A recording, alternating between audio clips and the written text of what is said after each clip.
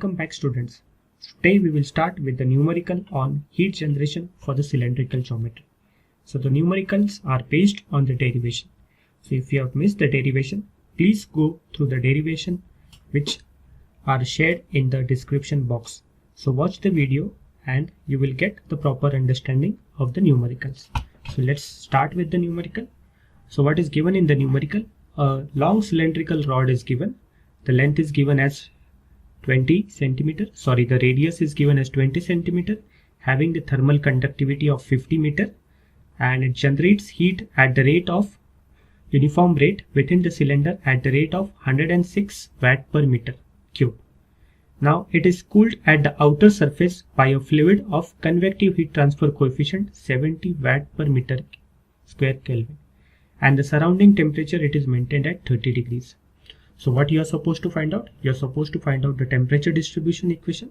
Second, you are supposed to find out the temperature at the center and the temperature at the outer surface. So these three things you are supposed to find out. So let's start with how we should proceed. So first of all, let's understand the numerical. So this is the cylindrical geometry which is given in the numerical. The radius it is given, right? The thermal conductivity it is given. The heat generation it is given, that is G it is given. Now this solid cylinder it is exposed to air or convective heat transfer environment. So the temperature of the surrounding it is given as 30 degrees centigrade and the heat transfer coefficient it is given. So you are supposed to find out these three things, that is the temperature distribution equation, the temperature at the center and the outer surface temperature, that is nothing but the TW value. Usually these things are only asked. You should be very much clear with the derivations. So let's start with the procedure of how to start. So the first step is write down the Poisson's equation. So all of you are aware of the Poisson's equation. This is the Poisson's equation, right? Now what we will do, we will integrate the above equation. I have just modified it. So I will integrate the above equation. If I integrate this equation, I will get R dt by dr, that is equal to G upon K. So integration of R, it is nothing but R square by 2, and you will get the first integration constant, that is nothing but C1. Now the next step is we will apply the boundary conditions. So we'll apply the first boundary condition to find out the value of C1. So all of you know that at R is equal to 0. So this is R is equal to 0. So at R is equal to 0, what is change of temperature with respect to the direction, the radial direction? It is nothing but 0. That is nothing but dt by dr is equal to 0. So if I substitute this in this equation, this term it becomes equal to 0, this it becomes equal to 0. So you will get the value of C1, that is nothing but 0. So if I substitute C1 is equal to 0, you will get the value of dt by dr. Name this as equation number 3. Now again integrate this equation number 2. So if I integrate this equation, so what I get an equation in terms of t, that is t is equal to g r square by 2, that is nothing but g r square by 4 square, plus c integration of 1 by r, that is nothing but log r, plus c2. Now this is another integration constant c2. So now our aim is to find out the value of c2, right? So for finding out the value of C2, we will have to apply the another boundary conditions. So now we will apply initially we have applied the boundary condition at the center. Now we will apply the boundary condition at the surface. So now what is happening at the surface? The heat is generated inside the medium. So now this heat which is generated inside the medium, it will try to flow into the surrounding. So initially what is happening? The heat will be conducted into the medium till the surface, right? And from the surface it will move into the environment by convection. So what is happening? The heat from the conduction, that is going into the environment. So what is conducted, that much amount of heat, it is only going out in the form of convection. So from the energy balance, I can write down the equation as rate of heat conducted, that is equal to rate of heat convected. So this is the equation, this is the energy balance equation. Whatever is conducted, that much amount of heat is only going out in the environment. So all of you know the conduction equation, that is minus Ka dt by dr at r is equal to capital R. So now we are all applying this condition at here.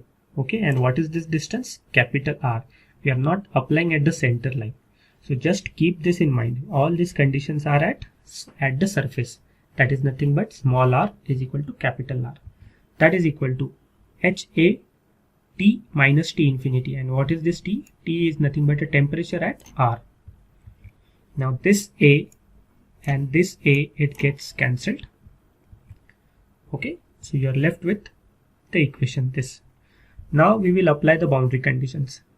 At R is equal to capital R, what is the temperature of the surface? What is this temperature? This temperature, it is nothing but this. Here it is written TW. So we'll substitute T by TW. Okay, so substituting T is equal to TW in this equation number 4. Okay, we will substitute the value of T as TW and we will write R as capital R. So what happens? This term, all of you know, this is 0. So you are left with TW, that is equal to minus G capital R square divided by 4K plus C2. So in this way I get the value of C2. Right? So we have found out the value of C2 now. Now we will move forward.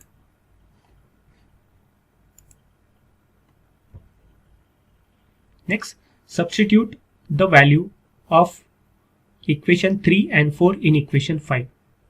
So what will happen?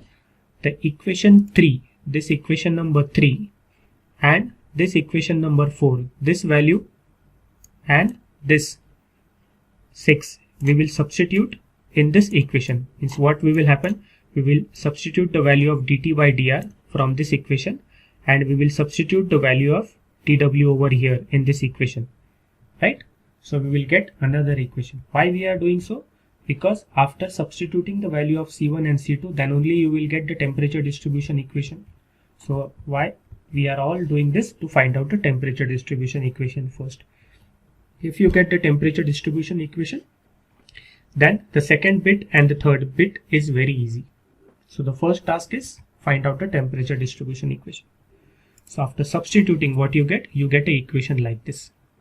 So now this is at R is equal to capital R. So this K, it get cancelled. This A and this A, it get cancelled, right? I will just remove it for the visibility. So what I am getting? G.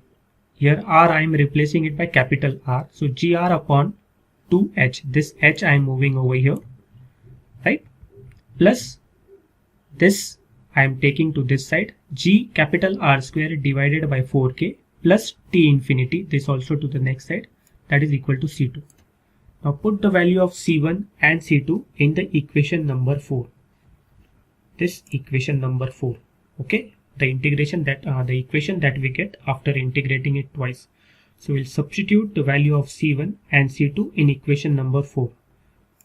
So if you substitute it, you get the equation like this. So just see carefully now.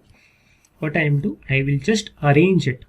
So this term GR square upon 4K, G capital R square upon 4K, that is G upon 4K, it is common term.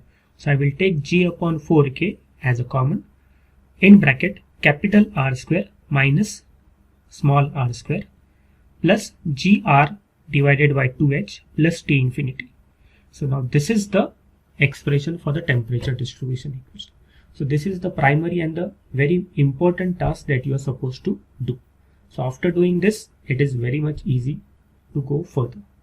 So we have found out the temperature distribution equation now. Now next task, what is there? You are supposed to, you are asked what is the temperature at the center. So temperature at the center you will find out by substituting what? R is equal to 0 in the above equation. Right? If you substitute R is equal to 0 in this equation number 7, you will get the temperature at the center. So T, that is equal to this term, it will be equal to 0. Why? Because you are substituting R is equal to 0. So you are left with this two terms only, G capital R square divided by 4K plus GR upon 2H. So you, in the numerical, the value of G it is given, the radius it is given, thermal conductivity is given, heat transfer coefficient is given, the surrounding temperature it is also given. So if you substitute, you will get the temperature at the center. So you can see the temperature after putting all the values, the temperature it comes out to be 1658.6 degrees centigrade. So this is our second bit, right? Very easy. It's not an issue. So we are done with the temperature distribution and we are done with the temperature at the center. Now you are supposed to find out the temperature at the surface. What is the temperature at the surface? We are usually writing the temperature at the surface as TW. So we have got the temperature distribution equation. So just put R is equal to capital R, right? In the equation number 7, right? So here you will put R is equal to capital R, that is nothing but 0.2, right? The radius it is given, right? 0.2 meter. So what I will do, I will put R is equal to capital R, this R is equal to capital R in this equation. So automatically this get cancelled. So I have left with only these two values. So again, all the values are given. Just substitute the values and you will get the wall temperature. So you can find out that the wall temperature is nothing but 1458.6 degrees centigrade. So in this way, you are supposed to solve the numerical. The steps are same. Write down Poisson's equation, integrate the equation twice, you will get an equation in terms of C1 and C2. Apply the two boundary conditions. You will get, substitute the value of C1 and C2, you will get the temperature distribution equation. Then as per the requirement, if the temperature at the center is asked, put R is equal to 0. And if the temperature at the surface is asked, put R is equal to capital R. That's it. You will not get a question other than this. This is the usual type of questions which come for the solid cylinder. So I hope the numericals is very much clear to you. Thank you for watching. Keep watching. Happy learning. Thank you.